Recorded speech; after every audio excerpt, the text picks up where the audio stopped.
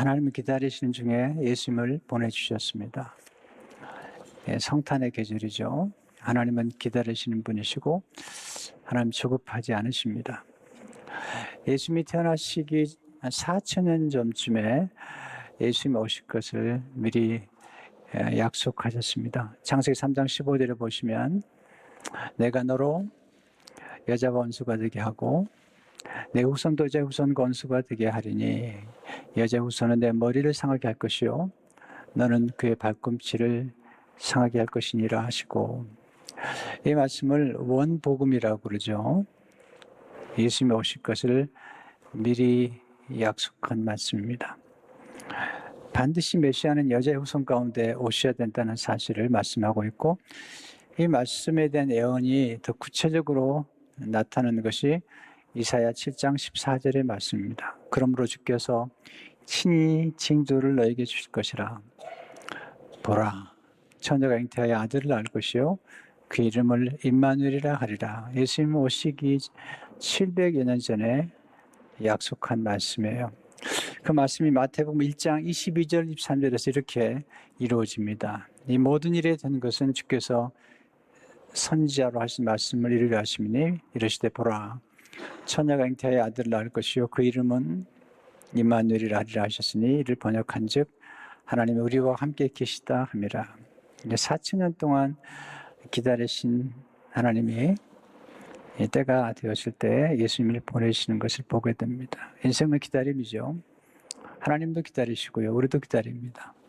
하나님이 우리를 기다리시게 한 것은 뭐냐면 우리로 하여금 복을 받게 하기 위해서죠. 이사야 30장 18절의 말씀 보시면 그러나 여호와께서 기다리시나니 이는 너에게 은혜를 베풀려 하시며 일어나시니 이는 너희를 긍휼히 여기려 하심이라. 대저 여호와는 정의의 하나님이심이라. 그를 기다리는 자마다 복이 있도다. 누가복음 1장은 기다리는 중에 아들을 낳았던 사가랴와 엘리자벳이란 부부의 이야기와 함께 예수 그리스도를 잉태하고 그리고 출생한 마리아에 관한 스토리가 담겨 있습니다. 복음이죠. 좋은 소식이죠. 하나님은 어떻게 이 좋은 소식을 우리에게 부어주셨는지 오늘 크게 두 가지로 말씀을 드리고 싶습니다. 첫째로 하나님은 기도하며 기다리는 사람에게 찾아오십니다.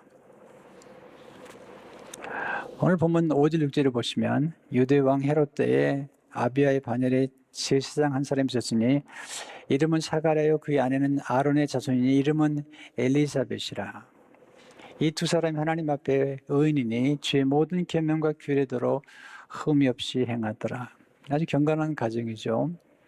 이렇게 경건한 가정에도 슬픔이 있었어요. 그것은 그 가정에 아이가 없었던 거예요.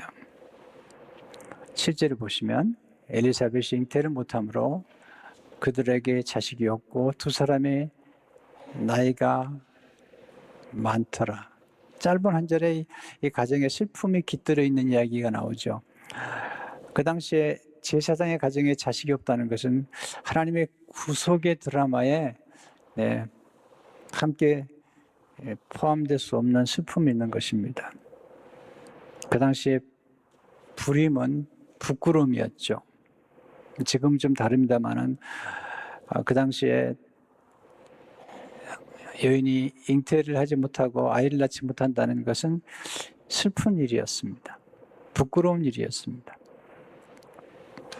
오랫동안 기다렸지만 이제 그들은 아이를 낳을 수 없는 때가 이제 임했다는 것을 알게 됩니다. 나이가 많고요. 사가랴도 그리고 엘리사벳도 이제 아이를 잉태할 수 있는 때가 지난 것입니다. 바로 그때 사가랴가 성전에서 분향할 기회가 주어집니다. 하나님의 놀라운 섭리와 계획 속에서 분향할 수 있는, 분향은 기도의 향인을 올리는 것입니다. 주로 제사장들이 이제 때가 되면 반차례 따라 차례대로 이제 분향을 하게 되는데 수가 꽤 많기 때문에 제비를 뽑아서 그 중에 한 사람이 이제 때가 되면 들어가는 것입니다.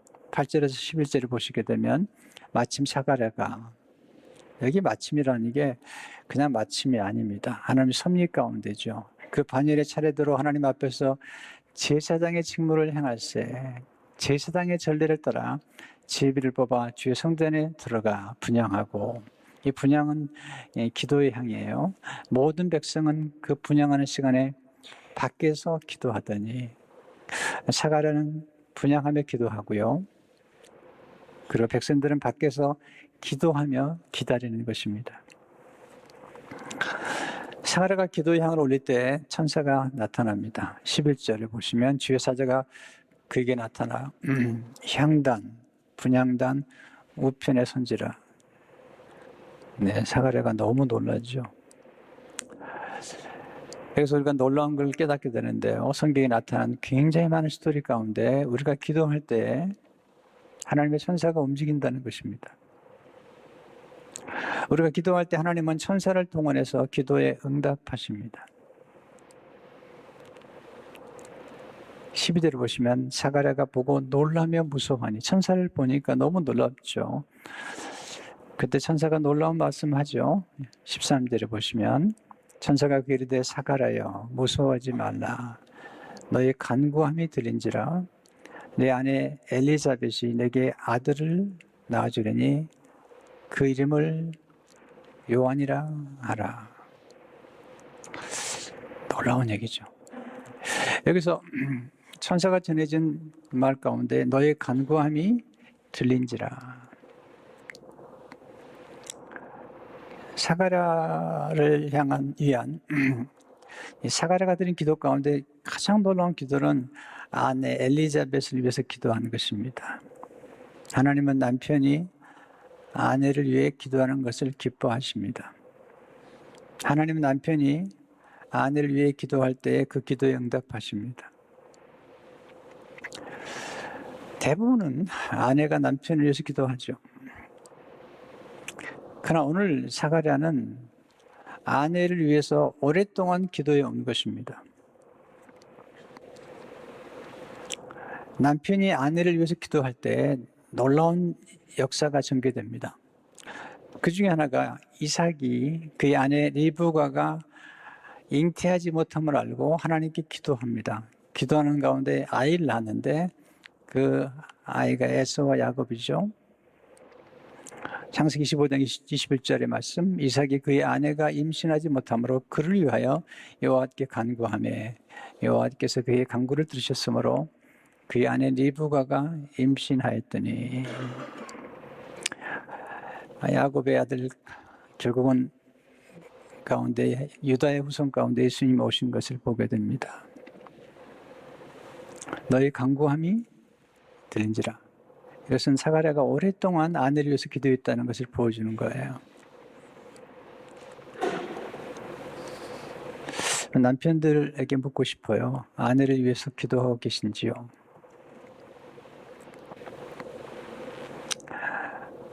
사도 바울은 에베소 5장 18절에서 자기 아내를 사랑하는 자는 자기를 사랑하는 것이라.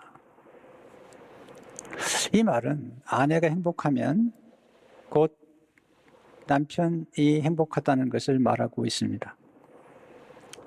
이 말씀은 아내를 위해서 기도하는 것은 곧 남편 자신을 위해서 기도하는 것입니다. 왜 아내를 위해서 기도해야 될까요? 성경은 현숙한 아내가 집을 세운다는 것입니다. 지혜로운 아내가 집을 세운다는 것입니다. 그래서 남편들은 아내가 지혜롭기를 위해서 기도해야 됩니다. 잠언 24장 3절에 보면 집은 지혜로 말미암아 건축되며 명철로 말미암아 견고하게 된다고 말씀하고 있어요. 근데 잠언에서 아주 강조하는 것은 현숙한 아내를 강조하고 현숙한 아내가 지혜로움으로 집을 세운다는 사실을 강조하고 있습니다. 천사가 사가랴에게 와서 너의 간구함이, 내가 그동안 기도해 왔던 간구함이 들렸다고 말하면서 그 간구가 뭐냐면 엘리자벳이 아들을 낳는 것입니다. 14절에 보시면 너도 기뻐하고 즐거워할 것이요 많은 사람도 그의 태어남을 기뻐하려니. 엘리자벳이 행복할 때 사가랴 너도 기뻐하고 즐거워할 것이다. 뿐만 아니라 많은 사람이 기뻐할 것이다. 그리고 그 아들이 태어나면 어떤 일을 할 것인가를 말해주죠. 15절에 17절을 보게 되면 이는 그가 주 앞에 큰 자가 되며, 주 앞은 예수님이죠. 포도주나 독한 술을 마시지 않으며 모태로부터 성령의 충만함을 받아 이스라엘 자손들 곧 그들의 하나님께로 많이 돌아오게 하겠습니다. 그가 또 엘리야의 심령과 능력으로 주 앞에 먼저 와서 먼저 세리왕이 태어나는 거죠. 아버지의 마음을 자식에게 거스린 자를 의인의 시기에 돌아오게 하고 주를 위하여 세운 백성을 준비하리라. 네, 기도하며 기다리는 사람에게 하나님의 천사를 통해서 찾아오시고, 그리고 오랫동안 기도한 것에 대해서 인정해 주시고, 그리고 응답해 주시는 것을 보게 됩니다. 두 번째로 하나님 기도하며 기다리는 사람에게 좋은 소식을 전해 주십니다.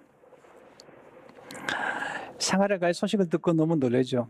네, 그래서 18절에 보시면 사가랴가 천사에게 이르되 내가 이것을 어떻게 알리요? 내가 늙고 아내도 나이가 많으니이다. 천사에게 얘기하는 거죠. 사가랴와 우리는 비슷해요. 오랫동안 기도하면서 그리고 마음속으로는 의심을 해요. 우리는 기도하지만 의심을 해요. 과연 이런 일이 있을까 하는 생각을 많이 해요. 근데 여러분들이 마음속에 의심이나 의혹이나 질문이 생기면서도 계속 기도하고 있다면 그 기도는 우리가 스스로 하는 기도라기보다는 하나님이 계속 우리에게 기도를 시키는 거라는 생각을 해봐야 돼요. 사가랴가 이제 자기도 늙었고 자기 아내도 늙었기 때문에 아이를 가질 수 없다는 사실을 알아요. 알면서도 계속 기도하고 있었던 거예요. 이것이 하나님의 은혜입니다. 저는 그래서 지금도 기도합니다. 지금도 꿈을 꿉니다. 왜 제가 기도하냐면 하나님의 개입하시는 때가 너무 절묘하기 때문입니다. 하나님은 인간의 절망의 끝에서 놀라운 기적을 베풀어 주시는 분입니다. 하나님이 개입하시면 불가능한 일이 가능해집니다. 하나님 절망 중에 있을 때 좋은 소식을 전해주십니다. 19절을 보세요. 천사가 대답하여 이르되 나는 하나님 앞에 서 있는 가브리엘이라. 이 좋은 소식을 전하여 내게 말하라고 부르심을 받았느니라. 좋은 소식. 좋은 소식은 하나님의 소식입니다. 지금 사가랴와 엘리사벳이 얼마나 경건했느냐 이런 얘기를 하려고 하는 게 아닙니다. 이 좋은 소식은 하나님이 놀라운 일을 이루시겠다는 것입니다. 또 사가랴와 엘리사벳이 낳은 세례 요한이 장차 오실 예수 그리스도의 길을 예비하리라는, 예수님이 오실 것을 예비하는 사실을 지금 이야기하고 있는 것입니다. 여러분, 어떤 사람에게 좋은 소식이 찾아올까요? 어떤 사람에게 정말 이건 좋은 소식이라고 생각할까요? 좋은 소식은 절망 중에 있는 사람을 위한 것입니다. 여러분, 절망 중에 있는 사람에게 좋은 소식이 귀가 열리는 것입니다. 좋은 소식은 비천한 사람을 위한 것입니다. 스스로가 괜찮다고 생각하는 사람에게 좋은 소식은 좋은 소식이 아니죠. 마리아, 예수님을 잉태한 마리아가 찬송하면서 고백한 게 뭡니까? 누가복음 1장 46절 48절 보면 마리아가 이르되 내 영혼이 주를 찬양하며 내 마음이 하나님의 구주를 기뻐하였으면 그의 여정의 비천함을 돌아보셨음이라. 보라, 이제 우리는 만세의 날을 복이 있다 그리로다. 비천한 여인. 비천한 여인에게 예수님의 잉태는 좋은 소식이었던 것입니다. 좋은 소식은 예수님의 탄생 소식입니다. 하나님께서 구원의 뿔을 일으켜주시는 놀라운 메시지죠. 누가복음 1장 마지막 분 67절 71절을 보시면 그 부친 사가랴가 성령의 충만을 받아 예언하여 이르되 찬송하려다. 주 이스라엘 하나님이여 그 백성을 돌보사 속량하시며 우리를 위하여. 보세요. 사가랴의 이 예언의 말은, 이 말씀은 지금 자기 아들에 관한 얘기를 하는 게 아니에요.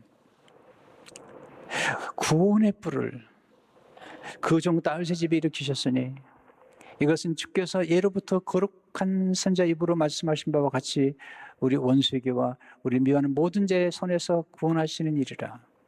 놀라운 메시지를 주시는 것, 주는 것을 보게 됩니다. 이 말씀 속에서 하나님은 어떤 분이시죠? 첫째로 하나님은 불가능을 가능케 하시는 전능하신 분입니다. 사가랴가 믿을 수가 없는 거죠. 이미 나이가 많은데.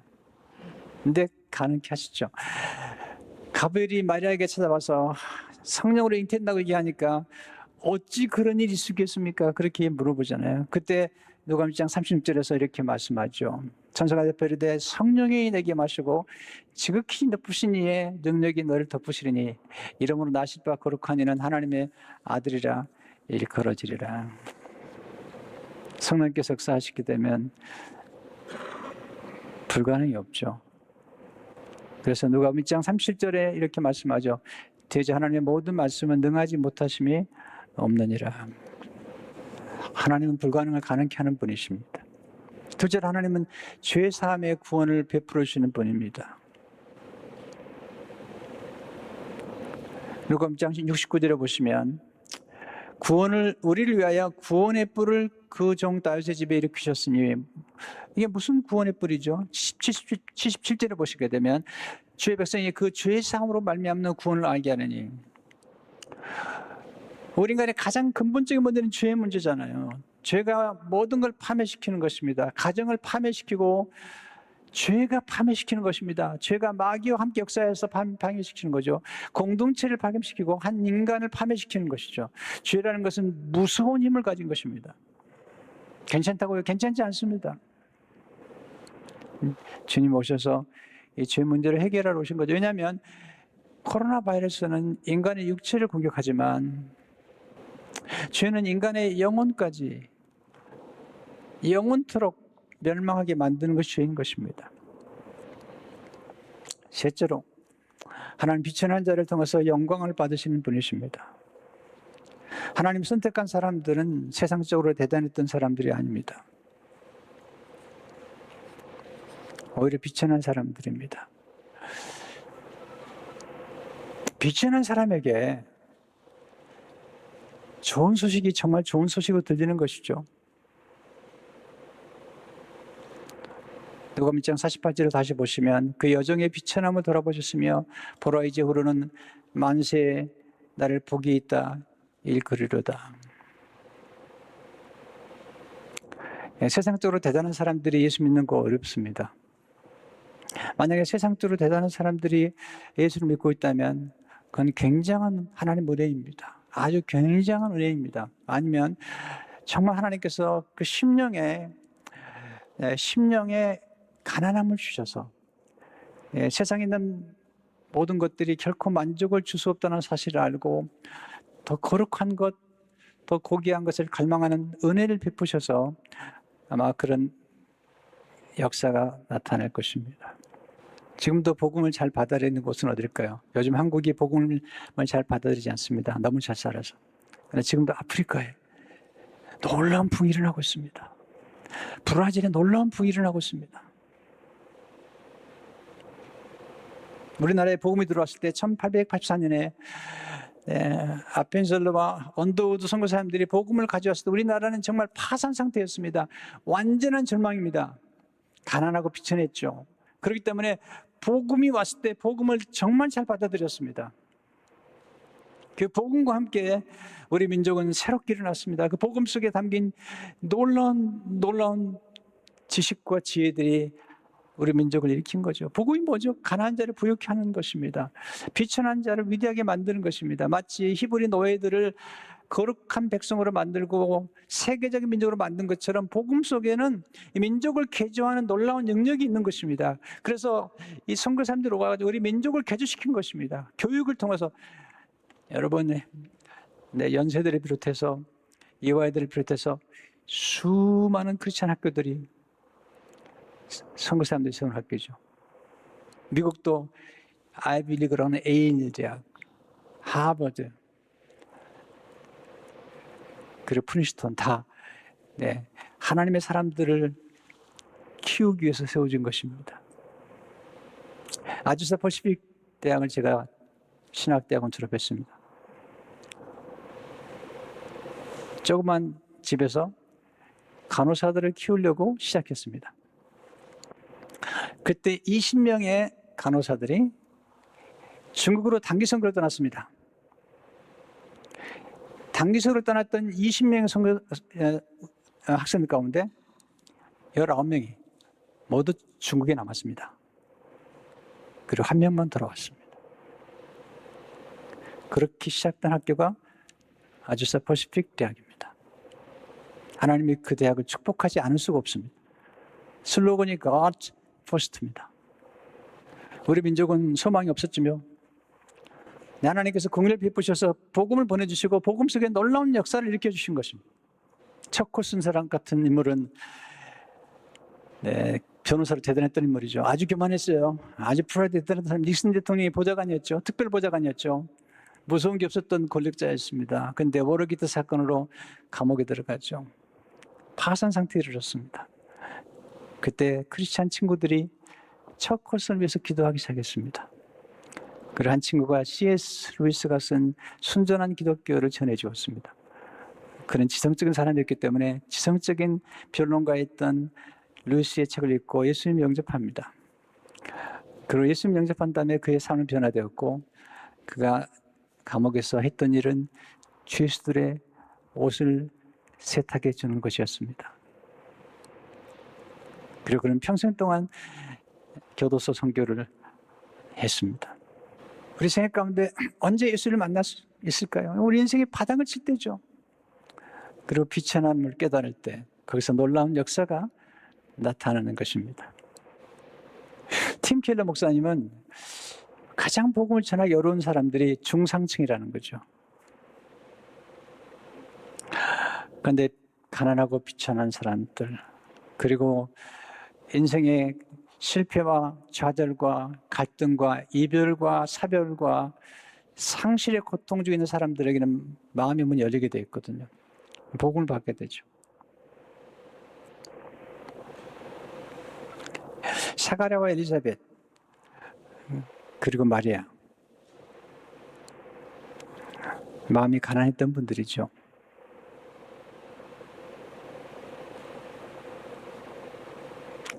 하나님의 놀라운 역사가 노년에도 전개될 수 있습니다. 제 말씀 묵상하면서 이게 참 제 마음에 닿았어요. 사가랴와 엘리사벳이 나이가 들었거든요.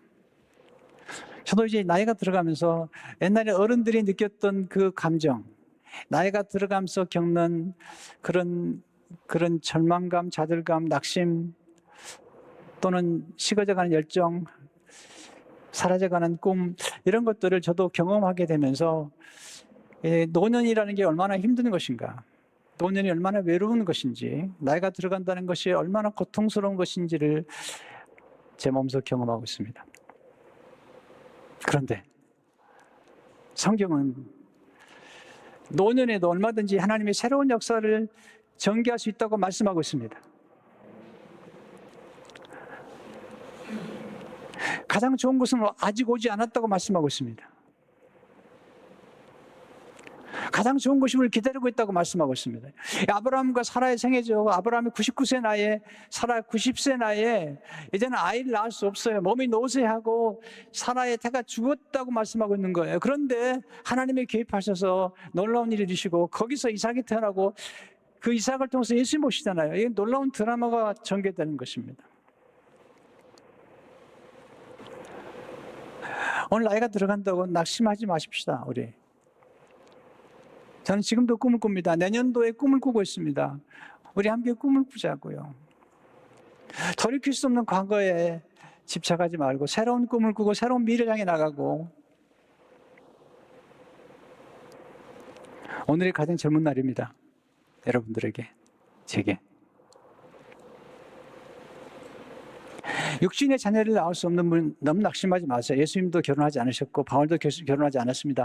때문에 육신의 자녀만이 자녀가 아니라 정말 영의 자녀들, 그리고 하나님의 가족들이 정말 귀한 거잖아요. 예수 그리스도 안에서 하나님의 자녀가 되고 우리가 전도하고 우리가 양육하는 영의 자녀가 성경은 더 귀하다고 말씀하고 있잖아요. 신학시대에 오게 되면 예수 그리스도를 통해서 제자로 삼는 일이 얼마나 영광스러운 것인지, 제자로 양육하는 것이 얼마나 귀한 것인지를 말씀하고 있습니다. 전능하신 하나님 엘샤다이 하나님은 지금도 우리 가운데 역사하십니다.